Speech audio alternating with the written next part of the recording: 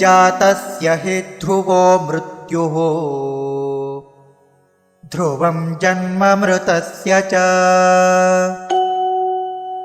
तस्मादपरिहार्येऽर्थे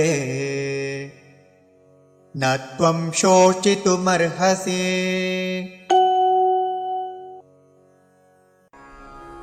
जातस्य हि ध्रुवः मृत्युः ध्रुवं जन्म मृतस्य च तस्मात् अपरिहार्ये अर्थे न त्वं शोचितुम् अर्हसि।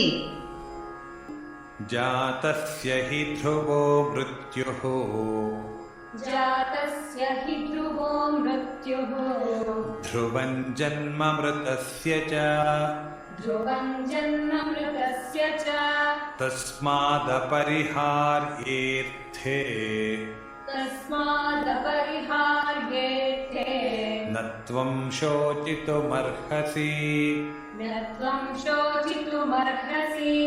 जातस्य हि ध्रुवो मृत्युर्ध्रुवं जन्म मृतस्य च जातस्य हि ध्रुवो मृत्युर्ध्रुवं जन्म मृतस्य च तस्मादपरिहार्येऽर्थे न त्वं शोचितुमर्हसि।